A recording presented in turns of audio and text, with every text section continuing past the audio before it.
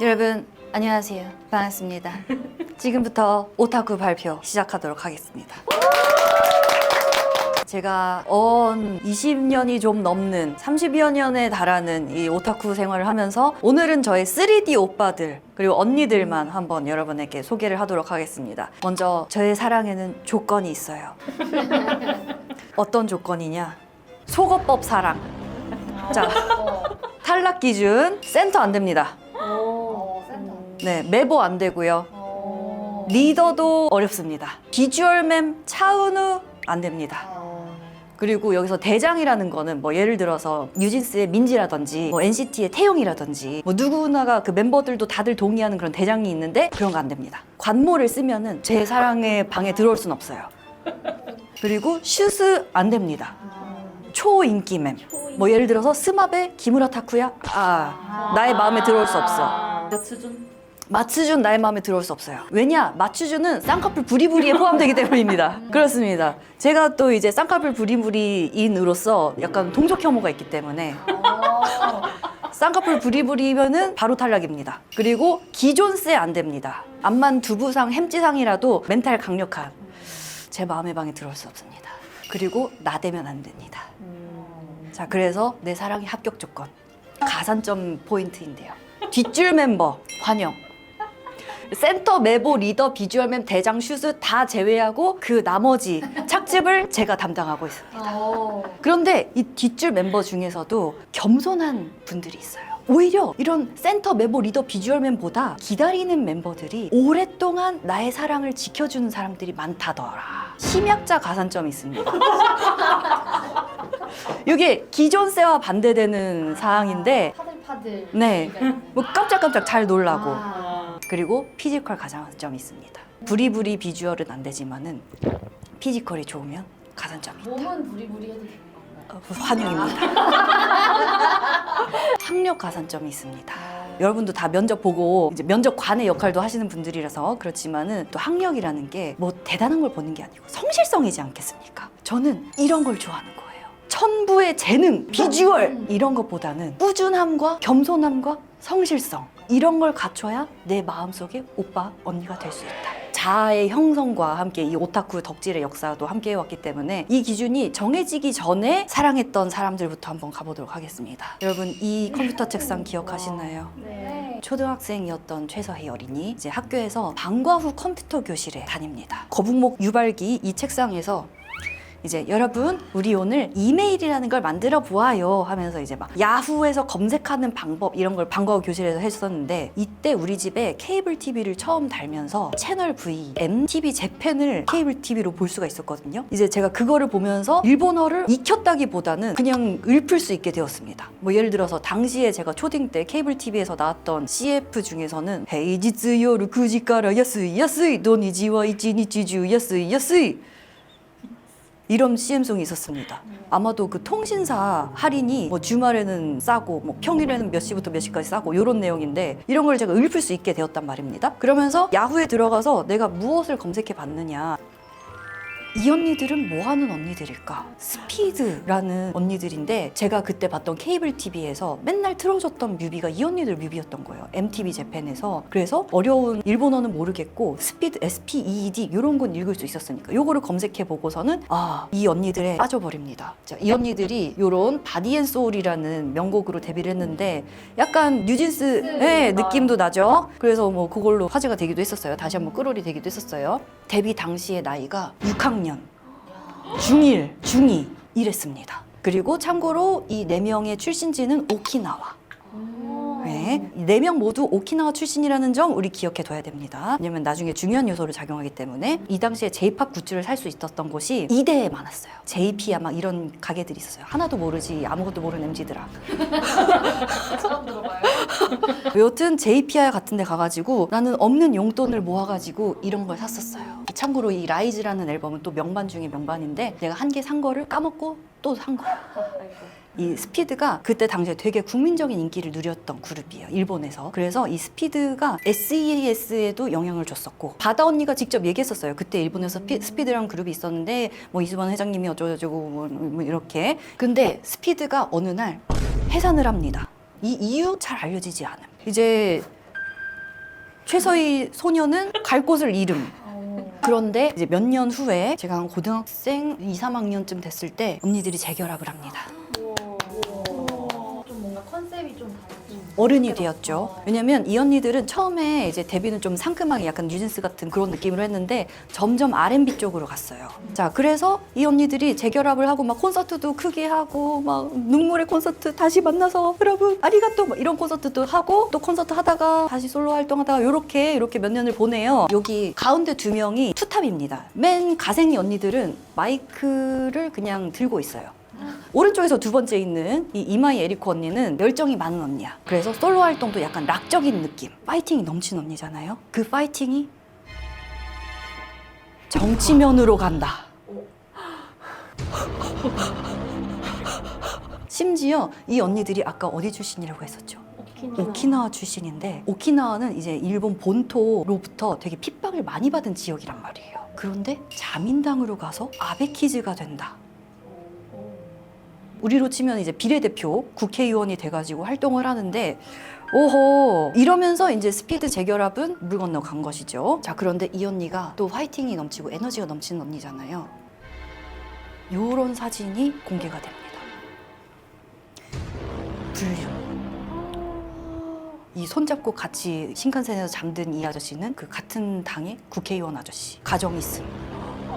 제발. 이런 식으로 이제 스피드는 사요나라 하게 됐는데 제대로 샷다를 내린 언니가 있으니 이 언니입니다. 비주얼 맴이에요. 이 언니는 노래 아무것도 안 하고 그냥 예쁜 얼굴로 그 자리에 있는 것만으로 인기가 엄청 많았던 언니다. 심지어 이 언니는 여팬이 많아. 막 이것도 시세이도 광고란 말이야. 여고생이 되고 싶은 얼굴 이러면 이 언니 맨날 1등 했어요. 이 언니도 이제 나이가 먹고 결혼을 하고 그러다가 슬퍼 보이죠? 그 남편분이 돌아가셨어. 그런데 남편분의 유가족이 유서를 공개를 했어요. 근데 그 유서에는 다카코짱 그 남자와 행복해야 해. 그래서 이 언니가 이렇게 도계자를 받고 완전히 해체 공사를 합니다. 관짝 다듬. 이 스토리까지는 성인이 되고 2020년대 와가지고 얘기인 거고 학생 때는 국민적 여동생이었다가 뭐 재결성하고 말고 뭐 이런 때였어요. 여튼 저의 첫 언니들은 걸그룹으로선 드물게 사회면적인 마무리가 되었다. 자, 초등학교 5학년 이 최서희 소녀의 마음을 사로잡은 오빠들이 있었으니 저의 자랑할 수 있는 첫사랑들입니다. 지금도 K-팝 역사에 길이 남을 꽃다발 그룹으로 유명한 클릭비라는 그룹. 몰라? 알아요. 들어봤어요. 이름은 들어봤어요. 여러분 제키는 알죠? 네. 제키와 카라의 소속사 DSP, H.O.T 잡으러 나온 제키, 신화 잡으러 나온 클릭비, SES 잡으러 나온 핑클, 동방 잡으러 나온 WS, 소녀시대 잡으러 나온 카라 요런 그림이 있었거든요. 자, 옛날 옛적에 스피드 012 콘서트라는 게 있었어요. 드림 콘서트라고 들어는 보셨나? 네. 드림 콘서트의 전신이 되는 게 이 스피드 012 콘서트거든요. 어느 날 TV를 보던 초등학생 최서희 어린이 이렇게 너무 예쁜 언니가 기타를 뚱까뚱까 치면서 이제 012 콘서트에 나왔는데 이 언니가 노래 마지막에 그 잊혀진 사랑이란 노래였어요. 베이스를 부수는 거야. 어머? 뭐지? 클릭비라는 사람들은 뭐지? 하고서는 이제 거기에서 슬슬 알아가다 보니까 이 오빠가 나의 마음속에 들어옵니다. 클릭비 우연석 오빠라는 오빠예요. 언니가 아니라 오빠예요. 오빠예요. 맞아요. 오종혁 오빠가 너무 예뻐서 그 당시엔 여자인 줄 알았어. 고등학교 1학년 때 데뷔를 했거든요. 너무 예뻤어. 단발머리에 막. 근데 그 중에서 저는 이제 내부 안 되고 미도 안 되고 비주얼맨 안 되고 부리부리 안 되고 갖은 허들을 통과한 오빠가 우연석 오빠였다. 클릭비는 당시에 밴드 돌이라는 것을 처음으로 표방했던 그룹입니다. 그래서 뒤에 이제 드럼과 밴드 멤버들이 있고 앞줄에 한 서너 명이 춤을 추다 말다 뭐 이런 건데 이 오빠는 처음 1집 때는 가운데 춤추는 멤버였으나 2집 때부터는 뒤에 수납을 당해요. 디제잉을 하다가 이제 자기 파트 되면 나와가지고 이렇게 마이크 잡고 랩을 잠깐 하고 다시 DJ로 수납되고 요러는 멤버 딱 좋아. 그리고 해외파 member였기 때문에 LA 물을 좀 먹은 오빠야. 딱 좋아. 저는 이 오빠가 햄찌상 다람쥐상의 시초라고도 저는 봅니다. 쇼타로 같아요. 맞아요. 나이스 좋네요. 약간 그런 느낌 있죠. 당시 클릭비의 간판은 이 오빠였습니다. 이때 당시에 김상혁 패션이 어마어마했습니다. 옷 좀 입는 모든 남자애들이 김상혁의 패션과 헤어스타일과 이런 걸 다 따라했어요. 그래서 이 오빠가 유행시켰던 게 저 버버리, 페라가모 목걸이, 그리고 저 샤기컷 같은 호일펌 같은 저것도 엄청 유행했습니다. 저지의 아버지 김상혁. 그 07학번이즈 피식대학 그 콘텐츠 있죠. 이 코디예요. 이 아무것도 모르는 MZ들아. 그러니까 사복 패션을 맞아요. 입는 걸로 유명해요. 맞아요. 이 아디다스 저지와 컨버스와 이 리바이스 타입1 진, 이 오빠가 퍼뜨린 겁니다. 이 오빠가 클릭비에서 예능 멤버였어요. 맨 왼쪽은 이 오빠가 고등학교 1학년 때 나갔었던 서세원 쇼였는데. 무슨 쇼예요? 서세원 쇼. 아니 완전 신인이야. 데뷔한 지 한 2개월쯤 됐을 뭐 그런 때였는데 저 때 나가가지고 약간 강심장처럼 오늘의 토크 왕 이런 걸 뽑는 거였어요. 왕을 먹었어. 그래서 점점 이제 예능에서 많이 불려 나가고 이때 처음 붙었던 그 수식어가 어리바리 캐릭터. 그래서 요거는 당시에 유재석 아저씨가 진행했었던 동거동락이라는 프로그램인데 거기에서도 이제 고정 멤버로 몇 기 연속해서 이렇게 출연을 합니다. 그런데 레전드 짤 나오네요. 충격적인 말 실수 스타일. 근데 3위야, 3위. 1위가 있다는 거. 동메달 하셨다. DSP를 나와가지고 클릭비가 뭐 이런저런 부침이 있을 때 샷다를 내리셨다. 클릭비가 샷다를 내리고 이제 저는 갈 곳을 잃었다가 다시 내 마음의 고향 섬나라로 갑니다. 요때가 이제 자니즈 주니어 전성기의 막바지였을 때인데 요런 명감이라고 있었어요. 그 당시에 몇 년도에 자니즈 주니어에 소속된 사람들의 얼굴과 사진, 뭐 프로필 이런 거를 그냥 책으로 팔았어. 굿즈 중에 하나로. 이런 것도 제가 본가에 가면 몇 건 있습니다. 네. 퀴즈의 원조네요. 그럴 수도 있죠. 자니즈 주니어를 이제 파다가 시부타니 스바루라는 오빠랑 만나게 됩니다. 이 오빠는 노래를 잘하는 오빠입니다. 아까 노래맨 안 된다고 하셨잖아요. 들어보세요. 근데 이 오빠는 좀 고생을 했어. 자니즈 주니어 시절에 동쪽에 타키, 뭐 서쪽에 스바루 뭐 이러면서 띄워졌다가 어느 날 갑자기 수납을 당했어. 그러면서 본인도 고난의 시간을 보내다가 칸자니 에이토라는 이제 친구들을 만나가지고 그때 당시에 수납당하고 있던 그 간사이 출신, 오사카 출신 그 오빠들이랑 같이 CD를 내줬어. 데뷔곡 나니와 이로하부시. 근데 이 오빠를 나는 주니어 때 응원하다가 데뷔를 하니까 약간 이만하면 됐다 싶은. 자니즈 때가 제일 예뻤지 않나요? 맞아요. 이 오빠가 데뷔를 하니까 마음이 편해져서인지 뭔가 변형이 왔나요? 네, 그래서 수염도 좀 사요나라. 네. 제가 샀던 CD를 보면은 이제 나니와 이로하부시 A 버전, B 버전 2개 샀고 1집 앨범 사니까 이만하면 됐다. 그리고 이제 이 오빠랑은 사요나를 하는데 이 칸자니 에이토랑 비슷한 시기에 또 데뷔를 했던 그룹이 두 그룹이 더 있습니다. 카툰이랑 뉴스라는 그룹이 있는데 뉴스라는 오빠들과 만나게 됩니다. 쉽지 않죠. 자, 당시에 되게 뜬금없는 주니어들 조합으로 뉴스라는 그룹을 낸 거예요. 자니스에는 배구돌이라는 그 라인이 있습니다. 여자 배구 세계 대회를 응원하는 기념으로 애들을 데뷔를 시켜요. V6, 아라시, 그 다음 뉴스, 그 다음 헤이세이 점프 요런 라인입니다. 그래서 2003년 당시에 주니어 슈즈 야마삐를 센터로 근데 당시에 정말 이 뉴스라는 조합은 개뜬금포 조합인 거예요. 왜냐면 카툰은 킹키키즈의 백댄서로 코이치가 얘 픽해가지고 카툰이라는 이름까지 만들어준 족보 있는 애들이었거든요. 근데 뉴스는 어느 날 갑자기 야마삐 슈즈, 이미 당시의 슈즈인데 원래 야마비와 같이 당연히 데뷔해야겠지 하던 4명이 있었어요. 포톱스라는 유닛이 있었거든요. 근데 걔네 다 버리고 야마비랑 진짜 당황스러워 보이세요. 네, 들어온 지 3개월 됐대. 이름 처음 들었어. 자니스 주니어는 철저한 피라미드 체제입니다. 당시 주니어에서 포톱스가 맨 위에 있다. 야마비를 비롯한. 근데 KK 키티는 요쯤 있는 애들이었어요. 그래서 뭐지? 약간 이 뉴스라는 그룹은 야마비와 그래서 뉴스가 처음 데뷔했을 때 그냥 야마비 원톱인 거야. 여튼 이렇게 9인조로 뉴스가 데뷔를 합니다. 근데 여기에서 저는 나의 평생 오빠를 만나버려. 누구죠? 코야마 케이치로. 여기에서 이 오빠고요. 여기에서 이 오빠입니다. 주니어 때는 야마비가 포톱스에 있으면은 KK 키티라는 유닛에 소속되어가지고 롤러스케이트 타던 오빠였거든요. 일단 그냥 자니스 다 이렇게 찍먹하는 의미에서 뉴스 데뷔곡에 CD를 샀어요. 그랬더니 어머 이 오빠가 괜찮은 거야. 입덕 포인트가 뭐예요? 지금부터 들어갑니다. 자, 이 오빠는 일본 오빠로는 드물게 피지컬이 좋아요. 이제 프로필상 키는 178이라고 하는데 180이 넘는다는 게 정설입니다. 네, 일본 오빠들은 180 넘으면 줄여요. 다른 애들과의 밸런스를 위해. 센터, 메보, 뭐 리더 이런 거 다 클리어했고 약간의 뒷줄 멤버이면서 학력 포인트가 있습니다. 메이지 대학을 들어갔는데 이제 우리나라로 치자면 인서울 4년제 들어갔다. 그것도 지가 공부해가지고 눈이 부리부리하지 않아. 쌍꺼풀이 없어. 그리고 피지컬도 너무 좋고. 이제 뉴스라는 그룹, 어떤 그룹인가? 여기가 또 힘든 부분인데 너무 뜬금포로 9인조로 데뷔를 했어요. 야마비와 아이들 이런 느낌으로. 그러다가 특히 데뷔하고 초반에 멤버 변경이 있으면 팬덤이 단단해지기가 좀 어렵지 않습니까? 뭔가 뒤숭숭해지고 그 일이 일어납니다. 미성년자인데 담배 피고 이런 게 주간지에 걸려가지고 몇 명이 빠져요. 그러면서 9명이었던 게 이제 3분의 2가 남아서 6명 체제가 됩니다. 그럼에도 여전히 우리의 슈스 야마비는 굳건한 센터였죠. 이렇게 한동안 좀 활동을 많이 해. 그러다가 슈스 야마비가 빠져. 어머. 저 이건 알고 진짜요? 그래서 이 2명이 빠지면서 뉴스라는 그룹은 어디로 가는가? 한 2, 3년을 수납당해요. 남은 4명이 그렇게 인기 있는 사람들이 아니야. 왜냐면은 인기 있는 사람들은 저 9명대, 6명대 다 걸러졌어요. 아이고. 네, 그래가지고 우리 다시 한번 해보자. 4명으로 뉴스가 다시 새 출발을 해요. 여러분 만나고 싶었어요. 막 이러면서 눈물에 막 콘서트도 해. 같이 눈물 흘렸지.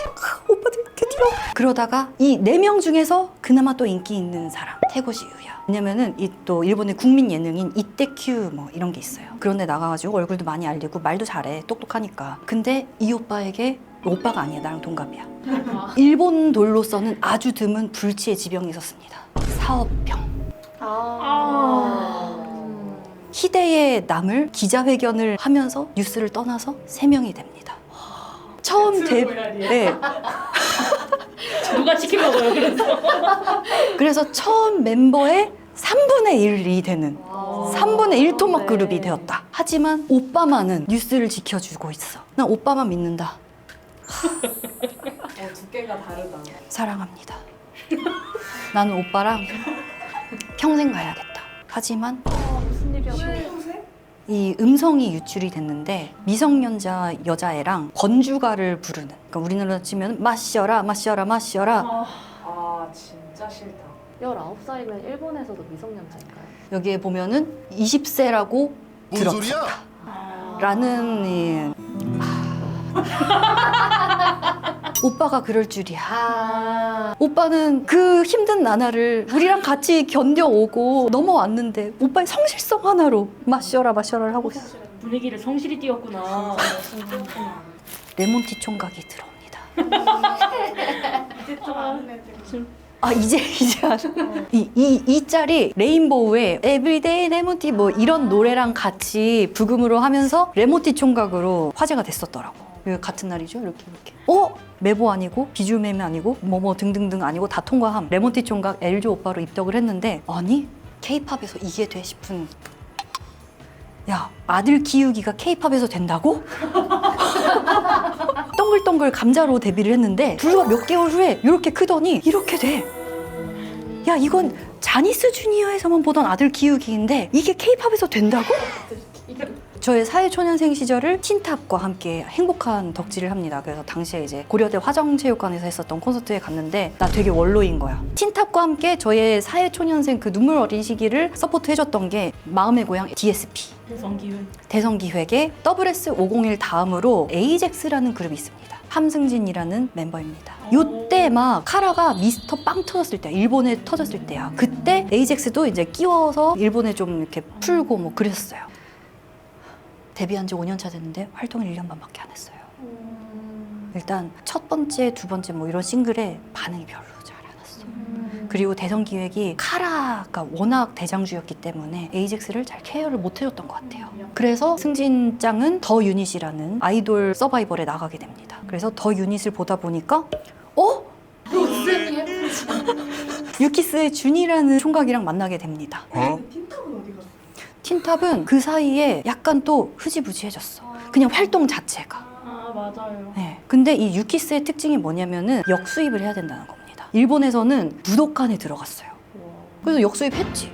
이때는 제가 또 크리에이터 활동하고선 몇 년이 됐던 시점이었기 때문에 이런 걸 받을 수가 있었다. 네. 제가 맨날 입고 있는 그 회색 티셔츠 있어요. 그게 사실 기섭 오빠의 하사품이다. 패션 사업을 하시는데 또 제가 인플루언서니까 그런 하사품을 내리셨다. 그러던 와중에 나왔다.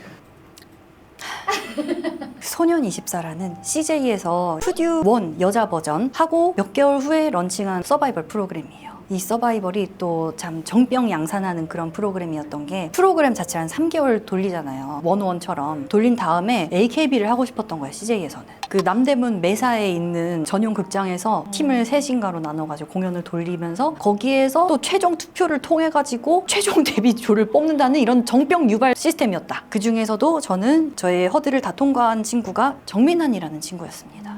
진짜 소나무시다. 진짜 얼굴 취향 취향이 진짜. 그냥 소나무예요. 그래서 매주 그 매사극장 남대문에 가면서 열심히 사랑을 했다. 사랑이란 이런 것이었다. 사랑을 알게 해준 소년. 그렇습니다. 이런 뒷줄 멤버의 경우에는 내가 뭔가를 해야 된다. 내가 또 있는 게 뭐겠습니까? 장비가 있지 않겠습니까? 대포가 있지 않겠어요? 갖고 갔지. 내가 만들어 먹어야 되니까. 맞아요. 아 내가 내가 짜줬 예, 되니까. 내가 밥상을 차려서 내가 먹어야 되니까. 반의 수공업이었고. 맞아요. 쉽지 않으면 또 소년24가 원래는 이 CJ에서 계획을 했던 건 막 푸듀처럼 빵 터질 거를 생각하면서 이거 만들었을 거 아니에요. 근데 그렇게 안 된 거야. 막 사인 돈 받고 팔고 막 여튼 그 한 꼬집단으로 어떻게든 짜내려고 별게 다 있었다. 참고로 이제 매사 공연장의 모습은 요랬고요. 진짜 AKB 서클 같은. 뒷줄은 보여요? 진짜. 보통은 여기서 3분의 1씩 이렇게 공연을 합니다. 몇 명은 핸드폰 봐도 아무도 모르겠는데요. 그게 문제예요. 이게 1년 동안 공연을 돌리잖아. 센터에서 열심히 하던 애도 점점 동태가 되고 현타가 올 것 같아요. 그리고 매 공연마다 하이터치를 해요. 그러면서 거기에서 또 이제 팬들과의 네. 여튼 나는 이 소년24를 마지막까지 파이널의 파이널까지 그냥 지켜보내고 떠나보냈다. 그리고 이제 소년24가 더욱더 힘들어졌던 게 뭐냐면은 그 다음 나온 게 무엇이냐? 강다니엘.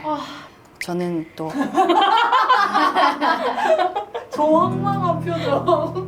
소년24를 잃고 인생 노잼 시기에 들어가게 됩니다. 그러던 와중에 내 마음속에 들어온 아이. 설마 제니? 오 예. 내가 이렇게 대형도를 좋아하게 될지 몰랐네. 웃는 얼굴이 참 선하고. 아이, 피지컬. 아하. 이거지. 돌아. 아 진짜 효과지. 대형돌을 좋아한다는 게 정규직이라는 안정감. 그리고 대형돌이니까 내가 찍지 않더라도 올려주는 언니들이 많아. 안방 덕질하기 너무 좋아. 어떻게 안방 덕질만 하시죠? 제가 소년24에서 오프의 환멸을 느꼈습니다. 안방에서 86인치 테레비로 제노를 맞이하는 게 나는 행복하다. 이제 저는 제노와 함께 앞으로도 영원히 행복할 예정이고요. Q&A 있으신가요? 밝고 밝게 보는 직캠 영상이 있다면